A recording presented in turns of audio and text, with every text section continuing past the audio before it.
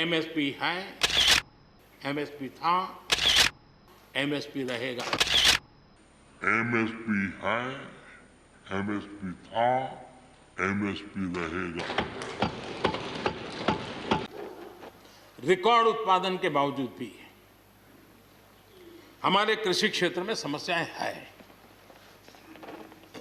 कोई ये तो मना नहीं कर सकता है समस्याएं नहीं है, लेकिन समस्याओं का समाधान हम सबको मिलकर के करना होगा। और मैं मानता हूं कि अब समय ज्यादा इंतजार नहीं करेगा।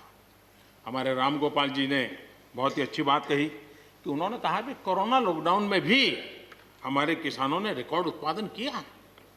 सरकार ने भी बीज, खाद, सारी चीजें कोरोना काल में भी पहुंचाने में कोई कमी नहीं होने दी, कोई संकट नहीं आने दिया, और उसका सामूहिक परिणाम मिला कि देश के पास यह भंडार भरा रहा। उपज की रिकॉर्ड खरीदी भी इस कोरोना काल में ही हुई। तो मैं समझता हूं कि हमने नए नए उपाय खोज करके आगे बढ़ना होगा। और जैसा मैंने कहा, कोई भी हम कई कानून है, हर कानून में 2 साल 5 साल के बाद, कभी 2 महीने 2-3 महीने के बाद सुधार करते ही करते हैं। हम कोई स्टैटिक अवस्था में जीने वाले लोग थोड़े हैं जी। जब अच्छे सुझाव आते हैं तो अच्छे सुधार भी आते हैं, और सरकार भी अच्छे सुझावों को, और सिर्फ हमारी नहीं, हर सरकार ने अच्छे सुझावों को स्वीकार किया। यही तो लोकतंत्र की परंपरा है।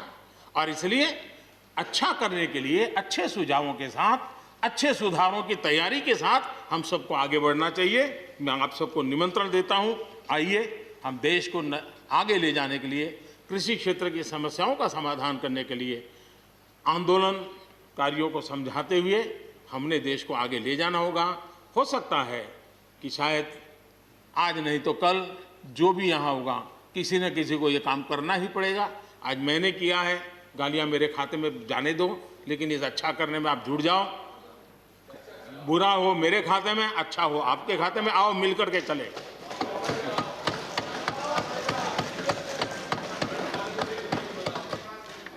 और मैं लगातार, हमारे कृषि मंत्री जी लगातार किसानों से बातचीत कर रहे हैं, लगातार मीटिंगें हो रही हैं, और अभी तक कोई तनाव पैदा नहीं हुआ है। एक दूसरे की बात को समझने का, समझाने का प्रयास चल रहा है। और हम लगातार आंदोलन से जुड़े लोगों से प्रार्थना करते हैं कि आप आंदोलन करना आपका हक है, लेकिन इस प्रकार से बुजुर्ग लोग वहाँ बैठे, ये ठीक नहीं है। आप उनको सबको ले जाइए, आप आंदोलन को खत्म कीजिए। आगे बढ़ने के लिए मिल बैठ करके चर्चा करेंगे, रास्ता खुले है। ये सब हमने कहा है। मैं आज भी इस सदन से माध्यम से भी निमंत्रण देता हूँ। आदरणीय सभापति जी, ये बात निश्चित है, हमारी खेती को खुशहाल बनाने के लिए फैसले लेने का ये समय है। इस समय को हमने गंवा नहीं देना चाहिए। हमें आगे बढ़ना चाहिए, देश को पीछे नहीं ले जाना चाहिए। पक्ष हो, विपक्ष हो, आंदोलनरत साथी हो, इन सुधारों को हमने मौका देना चाहिए, और एक बार देखना चाहिए कि इस परिवर्तन से हमें लाभ होता है कि नहीं होता है।